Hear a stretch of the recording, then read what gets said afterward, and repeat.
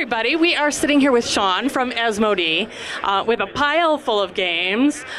Lots of excitement here. The tables have been jam-packed, and he's going to fill us in on what they've brought with to the show and what's new. Yeah. Well, thank you very much.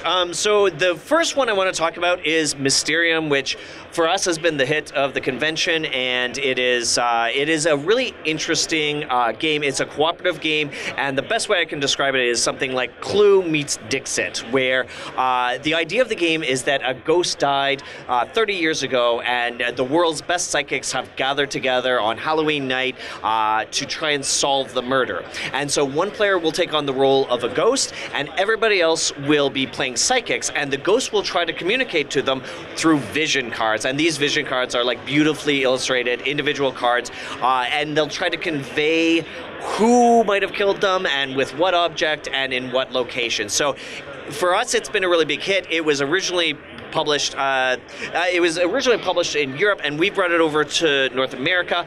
We've tweaked the rules a little bit to make it a little bit more interactive and keep players involved on a more regular basis throughout the course of the game. And we're really pleased with how it's turned out artistically and in the gameplay as well. And the response has been fantastic. Like, there's been lineups for the demoing and lineups for the game itself. So really, really pleased with how it's turned out. So Mysterium is a big one for us. So that's the first one I want to talk about.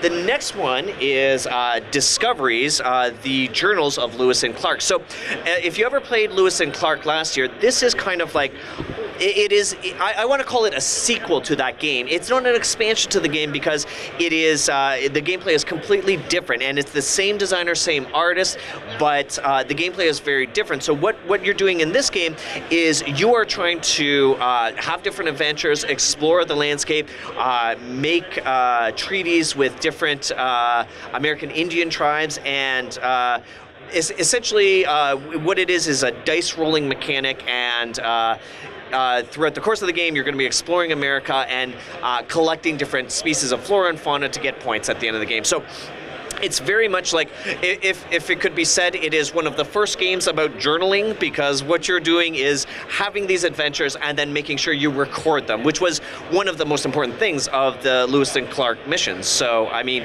this is a very neat game, and for those who like that game or who are interested in American history, this will be a big hit, and also just people who like dice action games, this one will be good. Now, you said it's kind of an expansion with that, but is it a standalone game? It is absolutely. Sorry, to be clear, it is not an expansion. It is a standalone game. It is, in my mind, it's more of a sequel. You know, it is its own game and its own style of play. So if you've never played Lewis and Clark, you don't need to have to play this one. And if you, it is just its own game, 100%. It keeps a lot of the flavor of Lewis and Clark, but it is absolutely its own game. So yeah. But we were speaking about expansion. Maybe I'll show you these two together, because these are our two big expansion games that we have had this year. So Takenoko Chibis. So Takenoko, one of the cutest games that ever existed. It is a game about bamboo and the people who eat it, or the pandas who eat it. And so Takenoko Chibis adds a mama panda and a whole brood of baby pandas to the mix. And so it doesn't change very much about the rules at all. It certainly doesn't add a lot of complexity. It just gives you new ways to play. And so what you're looking at here is new landscape tiles, new objective cards, and the mama panda figurine that'll come out on the board, and then baby panda tokens, which will, when they get on the board, they're each going to provide you with points, but also some kind of special ability as you go along the way. So Mama Panda is hilarious. She works in the same way as Papa Panda, but when she ends on the same space as him, she'll discard a piece of bamboo and a baby is born, because we know the way to a panda's heart is through food, and so that is how we get to the baby pandas, and they're going to help you out throughout the course of the game. So really nice expansion to Takenoko, one of our favorite games, and I think a big hit for us. So 5 tribes, the artisans of Naquila. So in this game, 5 tribes had a bunch of like 5 different tribes, and this adds a 6th tribe. Now it's a 4-player game, and 5 tribes. Everybody thinks it should be 5 players, and this is now 6 tribes, still 4 players, because 5 tribes is a bit of a thinky game, and so a lot of permutations go on between each round, and so we kept it as a 4-player game because we think that's the sweet spot for this game. So what this adds is more landscape tiles to the board, which have different special abilities. There are mountains, so this game plays out in a Mancala style where you pick up all of the tribe members on a spot and drop them off one at a time, and so these mountains act as barriers, so you'll have to plan out your decisions working your way around those mountaintops. There's also a chasm spot on the board, which is a dead spot. You can't go through it, you must go around it. So it makes you think more about how you're going to do it. Now, the new tribe that we've added is the Artisan tribe, and what they do is they provide you with items. So these items can be simply points, like straight up points. They can be special abilities, like removing other tribe members off the board or giving you access to resources, different things like that. And we also have tents. So the tents work similar to camels, except for that instead of getting points for blue surrounding areas, you're going to get points for red surrounding areas, which suddenly makes them much more important into the board. All right? Yeah. Starfighter is a very neat 2-player tactical space game. So the idea of this game is it is a card-based game. Each player is on the bridge of a starfighter, like a large command ship, and they have many smaller fighters flying around the board. And so each round, what you're trying to do is align your forces in a positive way against your opponent's forces. And then one player will have initiative, and they will start the fight and execute the battles between the 2 different cards. Now, if they still have some fighters standing, they've withheld your attack. But if some of their damages get through, it is going to hit you as the starfighter, as the ship, as the command ship itself. So what you're trying to do is get through your opponent's defenses and get your damage in to the opponent themselves. And so you know, everybody has like a health meter, and as that ticks down, it's going to affect, you know, who's going to win the game. This is a neat one. It's a 2-player game specifically, and it plays in about 30 minutes. As you sort of knock off your opponent's ships, that's going to reveal different actions that could mean picking up cards or more destruction or various different things along the way. So how you play out your cards is very, very important. But very cool game. We're excited about that. That sounds like a lot of fun, because I know a lot of times people are looking for lunchtime games, and there's your 30 minutes. Exactly, and it's kind of in that vein of you know, like, it's got the feel of a game like a Star Realms or something like that, where it's like a face-off, one-on-one battle, and the ultimate target is your opponent, who, you know, we imagine on the ship of the bridge of a big ship. We've got Barony. Now, this is a very neat game. And now I looked at the back of this box and I thought, oh my goodness, that is going to be complicated, and I am not ready to learn this game. But in fact, Barony really surprised me about how accessible it is. So the cool thing about it is it's got a little bit of a Catan feel to it, in that the board is very modular. You will lay it out differently every time you play, and randomly every time you play. And the size of the board depends on the amount of players that you're going to have. And then there is an interesting setup where you know, player number 1 is going to put out some of their components on the board, and then number 2 and number 3 and number 4, and then number 4 will play out all of their starting players on the board, and then number 3 and number 2 and number 1. So it's got that kind of like boomerang setup to it. And Barony is actually quite simple. It's kind of an area control game. It's kind of a point scoring game, because ultimately what you're trying to do is be the first player to get 60, 70, or 80 points. Okay?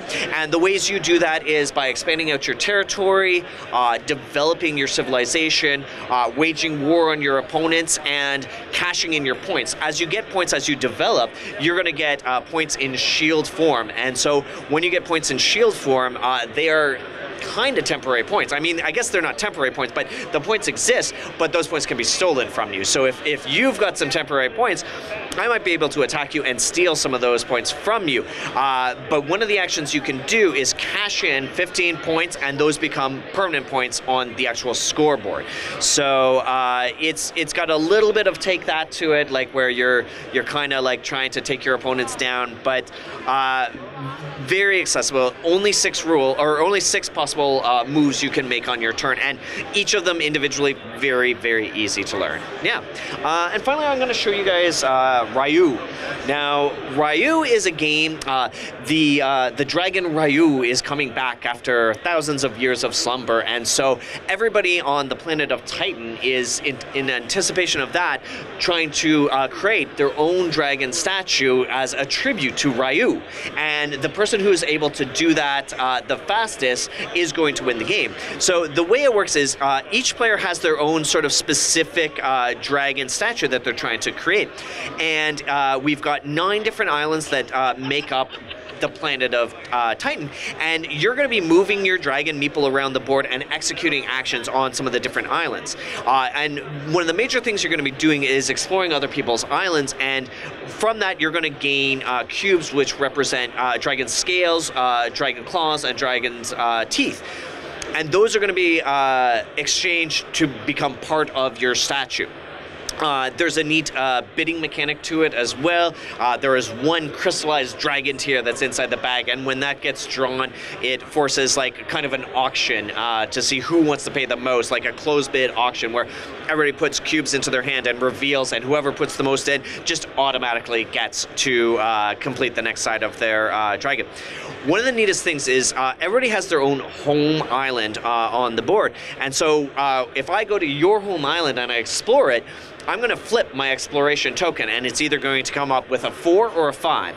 And if it's a 4, I'm going to reach into the bag, and I'm going to put 4 cubes on the table, and I'm going to take the first cube of my choice, and then you're going to get to take 2 cubes, and then I will take the remaining cube. If it comes up 5, I'm going to pull 5 cubes out of the bag. You are going to separate that however you want. So you're probably going to make it a 3 and a 2, but you might make it a 4 and a 1 if there's one you really want and you want to make sure you're going to get it. You could do a 5 and 0, but I'm telling you, I'm taking that 5. So so there's a neat way of interaction between the players. So like, I want you to come to my island because I'm going to get free cubes for that, and you want me to go to your island. So like in games that I've played, there's like partnerships between people. I'll visit you if you visit me and stuff like that. And once you've visited somebody's island, it gets flipped over. It cannot be explored again until the 5th island of the available islands is explored. And once that happens, the other 4 flip back over and they're ready to be explored again. So pretty neat action selection set collection game with, again, a little bit of take that. You can kind of there's a few of there's like a smuggler's port and a merchant's guild and different places you can go on there that can really screw up the plans of your opponents. And so, I mean, what would a dragon statue building game be without a little take that? So yeah. So cool. Yeah. Thank you so much for giving us time.